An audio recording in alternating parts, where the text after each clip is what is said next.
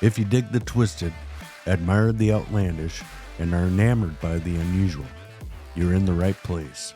True crime, the supernatural, the unexplained, now you're speaking our language. If you agree, join us as we dive into the darker side. You know, because it's more fun over here. Welcome to Total Conundrum. Warning, some listeners may find the following content disturbing. Listener discretion is advised. Ha ha ha ha! Hey there, Conundrum crew. Buckle up and brace your ears because you're tuning in to another episode of Total Conundrum, where we dive deep into the chilling waters of true crime.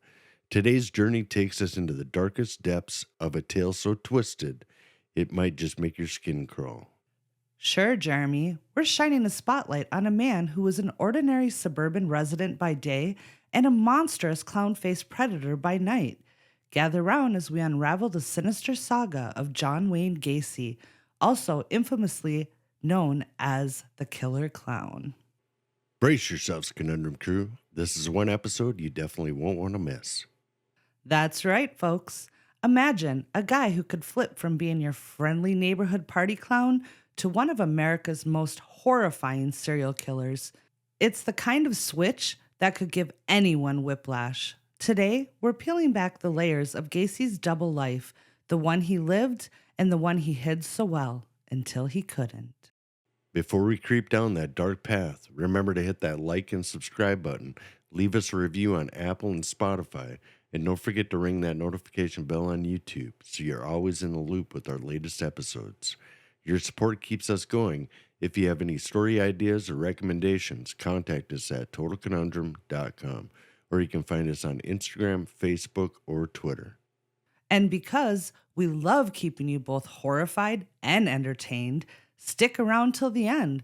We've got some trailers from our podcast pals at Twisted Karma Podcast and the Paranormal Lovers Podcast.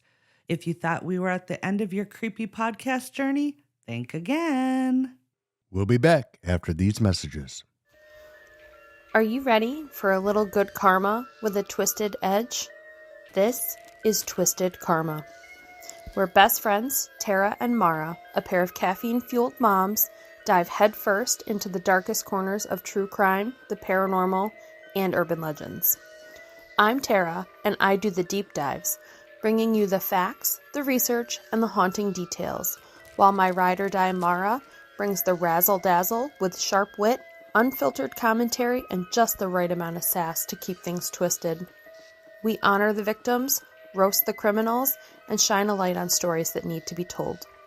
From spine-chilling hauntings to jaw-dropping true crime cases, no stone goes unturned, no ghost gets left behind, and no criminal escapes a well-deserved verbal smackdown. So grab your sage, your snacks, and your sense of justice, because karma, she's a little twisted. Twisted Karma with Tara and Mara, honoring the victims, calling out the darkness, and finding the humor, even when the story hits its darkest point. New episodes every week, wherever you listen to podcasts. And back to the show. Strap in, crew, as we kick off this eerie expedition into John Wayne Gacy's early antics. Picture this. His childhood wasn't just bad. It was the kind of horror story that would leave even Stephen King locking his doors. You bet, Jeremy. This guy's early days weren't under any big top, but sure played out like a three-ring circus of nightmares. Born in Chicago in the 40s, Gacy's relationship with his dad was more twisted than a pretzel. His old man confused abuse with affection in ways that would even have Freud needing a stiff drink. You're not kidding, Tracy. Gacy's dad was less about playing catch in the backyard and more about catching a beating with a belt. Talk about dad of the year. His dad would have taken the trophy for most likely to demolish your self-esteem. He used to call Gacy dumb and stupid, and a sickly little bookworm. It's hitting him where it hurts, Jeremy. And imagine this. The poor kid's trying to connect with his dad, maybe hoping for a good job, son. Instead, what he gets, a leather belt special for messing up. It's like every childhood mistake he made was a reason to get a beating. And the cherry on top? His dad slapping the sissy and mama boy labels on him whenever his mom would try to step in and help. You know, his dad was claiming he grew up queer because he was close to his mom. That's not tough love. That's just tough luck.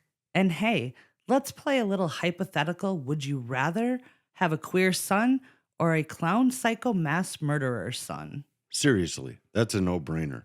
Speaking of a twisted family, did you know when Gacy was just 7, he got molested by a family friend? And he couldn't even tell his family because he'd probably get a beating. That is terrible. Poor kid couldn't catch a break. At school, he wasn't winning any popularity contests either. Thanks to a heart condition, he struggled to play outside, do any sports, and struggled to make friends. At school, he was basically a bench warmer. Well, more of a bench sitter since sports were out. Talk about irony, considering later on, he'd really take people out of the game. But let's not jump ahead. Correct. And it wasn't just the bench he was warming.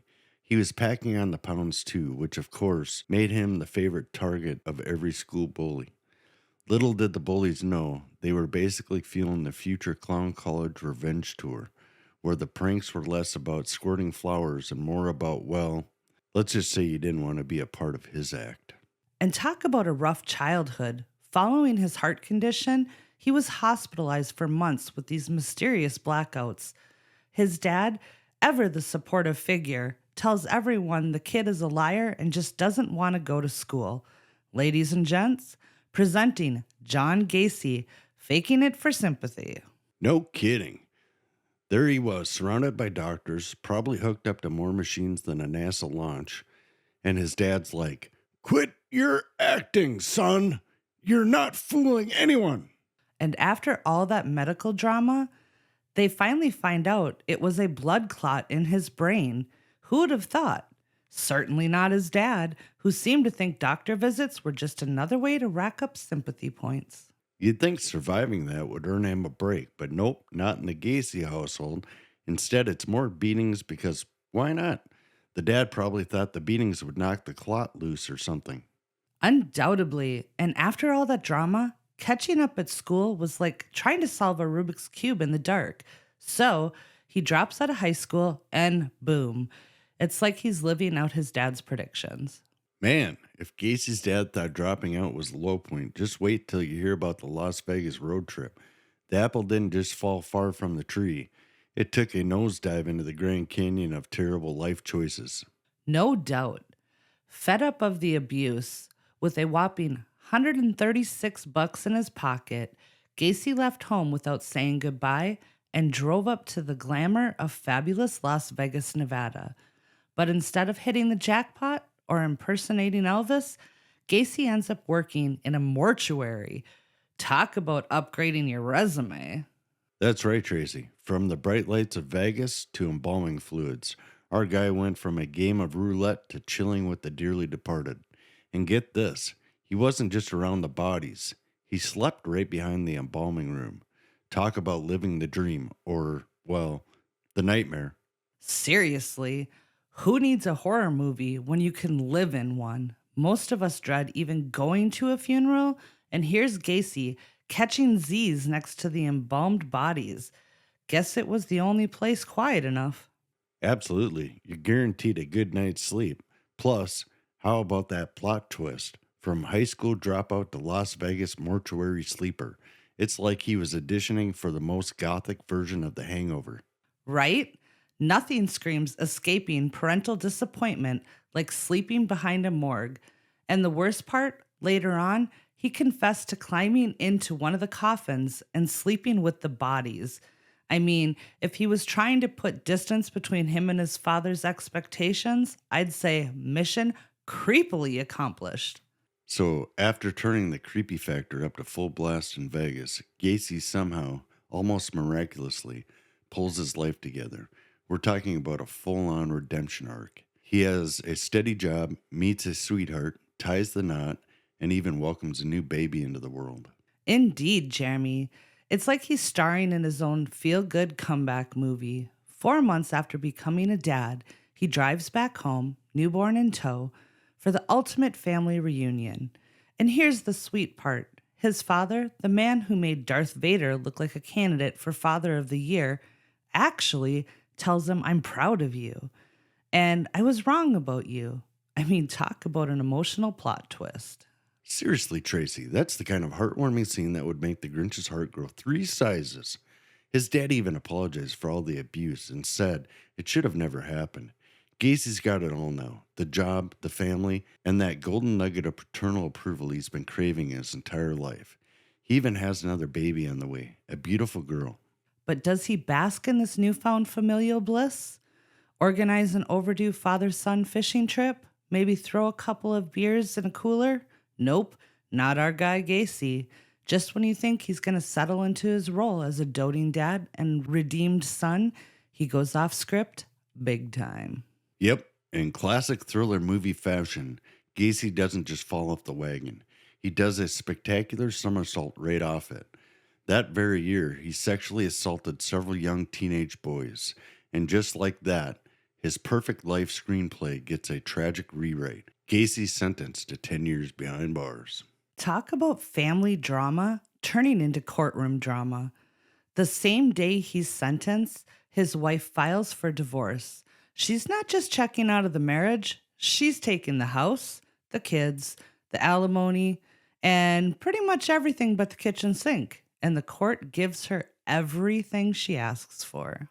And the real gut punch, Gacy never sees his wife or his children again. From family reunions to total isolation, his life could have been a Shakespeare play if Shakespeare was more into rodeo clowns than Romeo and Juliet. Exactly, Jeremy. Just when you think there's going to be a happy ending, the script flips. And you're left wondering, what the hell just happened? Life had given Gacy a second chance, a clean slate. And just like that, he ruined it. So Gacy lands himself a decade-long sentence in the Ohio State Men's Reformatory for sexual assault. But guess what? They only make him serve 18 months. Talk about a fast-forward release. Must have been the director's cut version of justice.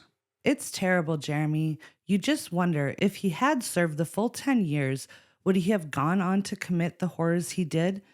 During his brief stint behind bars, Gacy turned into the poster boy for model inmates. He started as just another guy in an apron, but quickly worked his way up to head cook. And he was all about the perks, Tracy. He managed to get the inmates' daily pay in the mess hall bumped up, and even spearheaded a few projects to spruce up the place, like installing a miniature golf course. Yeah, you heard that right. A putt-putt course behind bars. By February 1970, his efforts got him a Distinguished Service Award. Talk about a hustler in orange. From underdog to overachiever, that's Gacy for you. His first shot at parole was in June 1969, and it was a no-go. But Gacy wasn't about to let that hold him back. By the next parole hearing in May 70, he bagged his high school diploma, knocking out 16 different courses from behind bars. Come June 18th, 1970, they set him loose with a curfew and a ticket back to Chicago to crash with his mom. A buddy picked him up from the slammer. Gacy's parting words, "I'll never go back to jail." Spoiler alert. Well, I'm not going to ruin it for you. So he was back in the game, slinging bacon as a chef, from running the kitchen in jail to frying up breakfast in Chicago. Gacy was flipping more than just pancakes. He was trying to flip his fate. True, he hit the ground running, or should we say cooking. But spoiler or not, Gacy's story isn't quite the feel-good turnaround you'd hope for. Even though he was flipping burgers and trying to cook up a new life, some old habits, unfortunately, don't land sunny side up. Without question, and just when you think he might be redeemed, the darker side of Gacy rears its ugly head again. Within a year, he's back in hot water. This time accused again of sexually assaulting 2 teenagers. But despite the serious allegations, charges were never filed, and the case just kind of disappeared. He never faces any consequences for his actions. Talk about a twist of fate, right? On October 18th, 1971, Gacy's parole wraps up, and just like magic, a month later, all his past criminal records in Iowa get sealed. Poof, It's like his slate is wiped cleaner than my dinner plate at a buffet. With his record sealed, Gacy's practically invisible to the weary eyes of the law in Chicago. It's like being handed a golden ticket to the Wonka factory of freedom, except what he's cooking up is more sinister than sweet. Oh, it gets bitter, all right. Fast forward a year, and Gacy's not just lying low. He starts what would become his most infamous killing spree, from sealing records to sealing fates. Our guy shifts gears into a whole new level of horror. Although the killing started in 1972, it wasn't until 1975 Gacy took a bizarre turn in an already twisted journey. This is where he steps into the oversized shoes of his alter egos, Pogo the Clown and Patches the Clown. Talk about a creepy career pivot. Without doubt, Jeremy. He crafts these characters from scratch, makeup and all. Pogo, he's the cheerful one, probably the guy you'd want to have at your kid's birthday party, if you didn't know better. Then there's Patches, a mean clown who's all business. He's like the one at the bank who tells you your loan's been denied. We'll be back after these messages. Do you ever get that strange feeling at night that you're being watched? Or maybe you heard a noise in the woods you can't explain. What is the truth about UFOs? And where are the ones that have crashed? Every week, join husband and wife duo, Felicia and Ian, as we seek the truth. Recording in the mountains of the Appalachians, we, the paranormal lovers, will bring you stories of hauntings, cryptids, UFOs, and more. You can find us on iHeart, Spotify, Apple Podcast, and most other podcast services. Follow us on Instagram and YouTube by searching for The Paranormal Lovers in the search bar. And back to the show. Gacy claimed slipping into those clown costumes led him regress back into childhood. He's prancing around at political fundraisers and children's hospitals, juggling more than just balloons. Yes. And while he's painting smiles at charity events, he's secretly the star of a real-life horror show. This chilling double life earns him the infamous nickname Killer Clown. Not exactly the title you want popping up next to your name on caller ID. Yeah, Gacy was living out some twisted version of a superhero story. Pogo by day, predator by night. Speaking of interesting career choices, if there was a home reno show called Crawlspace Nightmares, Gacy might have been their star presenter. But instead of renovating, he was about redecorating with a murderous touch. Just a touch, Tracy. Gacy's home in Norwood Park seemed normal enough from the outside. A nice, tidy suburban home, perfect for a family, or so you would think. But beyond that white picket fence was a dark, hidden layer where nightmares were all too real. Starting in 1972, Gacy used his home for the most sinister purposes. His crawlspace became his personal graveyard. Over the years, he buried 29 young men and boys under his house. It's like he was trying for a morbid world record or something. But let's talk about how Gacy got these guys to his house in the first place. He had a method, a really twisted one. He'd lure his victims with promises, jobs, money, even just a car ride. Sometimes it was the offer of a magical night with beers and magic tricks, because who could say no to magic with Pogo? Right? Those magic tricks turned into tragic tricks pretty quick. Once Gacy had them in his house, that's when the real nightmare began. He'd overpower his victims, handcuff them, waterboard them, burn them, and even had a collection of medieval torture devices. Talk about a disappearing act. And his infamous rope trick? That was no Houdini act. It was much darker. He would tell his victims, "This is my final act, the rope trick." And then he would strangle his victims with rope, adding an appalling twist to what was already unimaginable. It's chilling how premeditated it all was. He even had a routine and tools ready, like he was setting up for a clown workshop every time a guest came over. Oh, and let's not forget how he managed to keep his horror show a secret for so long. Gacy would use quicklime to hasten the decomposition of the bodies. That's not a spice you want in your recipe, folks. He turned his crawlspace into kind of a grotesque key lime pie. And to think, the first time he killed, it was like an epiphany for him. He said he had a mind-numbing orgasm and declared, "That's when I realized that death was the ultimate thrill. I mean, a rampant rabbit would do the trick, but who am I to judge?" Talk about a midlife crisis.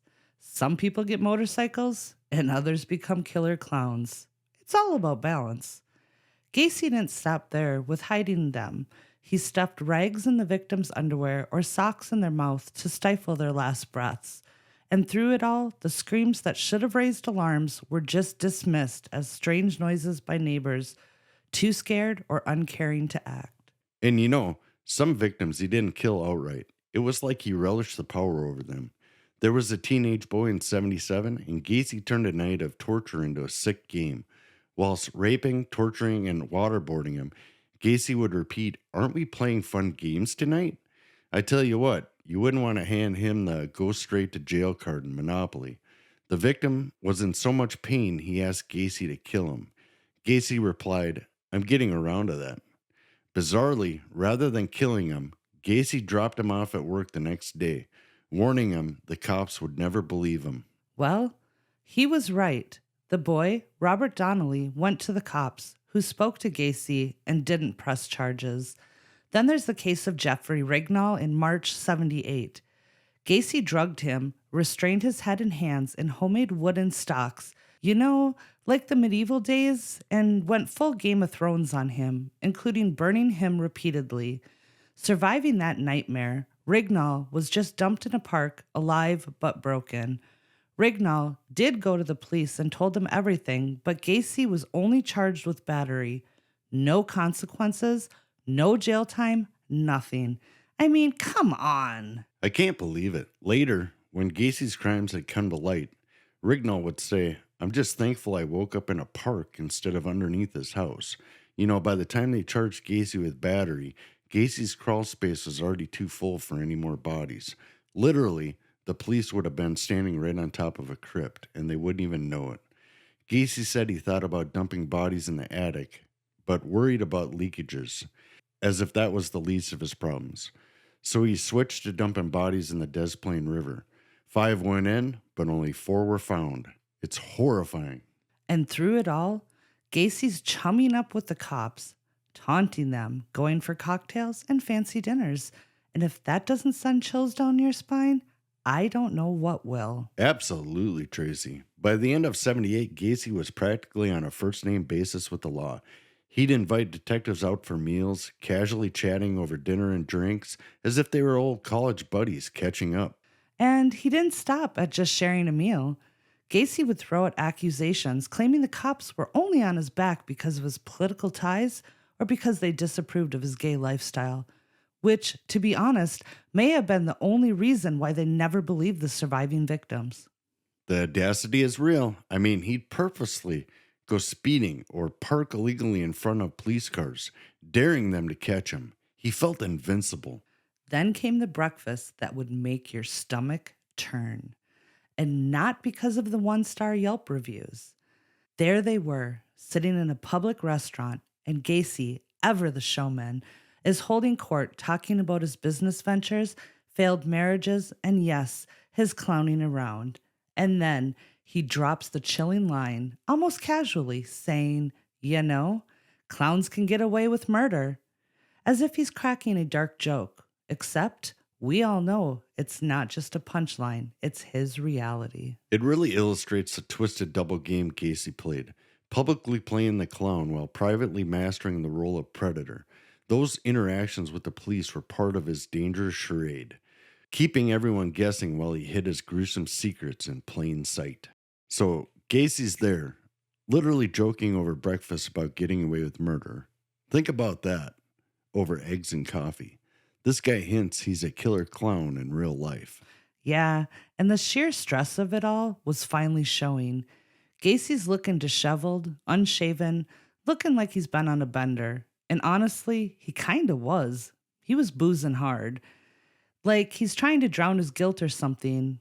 And just 2 days after his breakfast confessional, he's back at his lawyer's, looking like he just crawled out of a dumpster. He's all anxious and asking for whiskey straight away. And it's there, with a strong drink in hand, that Gacy decides it's confession time. It's like a dam breaks and the truth comes flooding out. He starts off stating, I've been the judge, jury, and yes, executioner to many, many people. And now he figured it's his turn to face the music. Totally unravels. Goes on about how these weren't just random folks. They were people he felt he owned, like properties, because they were male prostitutes, hustlers, or just liars. It's dark, Jeremy, the way he just disconnected from the reality of their humanity. And mid-confession, guess what? The guy passes out, drunk, right there. His lawyers freaking out. Scheduled him a psych appointment for the next morning. But Gacy, he eventually wakes up, brushes off his own confession like it's some bad dream, and says he's got to run errands. You know, Costco waits for no man. Like he's planning a goodbye tour or something. He packs up all of his drugs, goes on a road trip, handing out weed and pills like they're party favors to random strangers, saying, the end is coming for me. Then he breaks down in tears at a friend's house, confesses again, saying, I've been a bad boy. I killed 30 people, give or take a few, just casually. His next stop, legal meetings, cemeteries to say goodbye to dead relatives, just tying up those loose ends. And get this, highway cameras got him on tape. As he was driving, he was holding his rosary to his face, praying the whole time. And as this is all going on, cops are drafting up search warrants because now they know. They've got to stop this guy before he does something drastic to himself or someone else. They get to his house, and what do they find? Before he had left, Gacy had unplugged the water pump in the basement. The crawlspace flooded. Classic Gacy trying to wash away his sins, but the cops aren't having it. They don their rain gear, drain the water, dive into the now liquid lime, and it doesn't take long. They hit the jackpot. Well, worse than that, they dived right into a limey slush-filled area with decomposing bodies. One of them literally yells out, "Oh my God, this place is full of kids." Suddenly, it's all real. Every horrifying story Gacy confessed to in his lawyer's office, right there beneath the floorboards of that disturbingly normal-looking house. And just like that, Gacy's grim show was over. No more creepy clown performances, no more twisted magic tricks, just cold, hard reality as he faced charges for what would be one of the most gruesome chapters in criminal history. Seriously, it's a story that reminds you that the scariest monsters are the ones that don't look the part. They're not hiding under your bed. Sometimes they're hiding behind a smile, a clown mask, or a neighborly wave. Stay with us as we dig into the trials and the media circus. Let's roll up our sleeves and dive into the media frenzy that became almost as infamous as the crimes themselves. When Gacy was finally caught and his horrifying acts came to light, it was the biggest story of the decade. Oh, for sure. The press was all over it. Every detail of Gacy's life and crimes was dissected and displayed. His mugshot alone might have given half the country nightmares, but it was his day in court that really turned the media circus into a full-blown fire festival. No doubt about it. The trial itself was a spectacle. Gacy pleaded not guilty by reason of insanity. He tried to convince the jury that the 33 young men found underneath the house were planted there, like he was some kind of twisted gardener. The public ate up every moment of the trial. People were torn between wanting justice for the victims and the morbid curiosity about Gacy. This character, who seemed straight out of a slasher film, could exist in real life. The public's reaction was a mix of horror, fascination, and an overwhelming need for justice. The courtroom was packed every day, filled with families of the victims seeking closure, and just plain gawkers drawn by the grim spectacle. Well, they got what they were looking for. Many spectators were vomiting and fainting during the trial due to the gory details. And as the trial progressed, it became clear just how manipulative Gacy was. He tried every trick in the book to sway the jury. His testimony was a masterclass in deflection and denial. He painted himself as the victim, a successful businessman who was misunderstood and framed by his political enemies. If there was an Oscar for the most dramatic performance in the courtroom, Gacy would have won, hands down.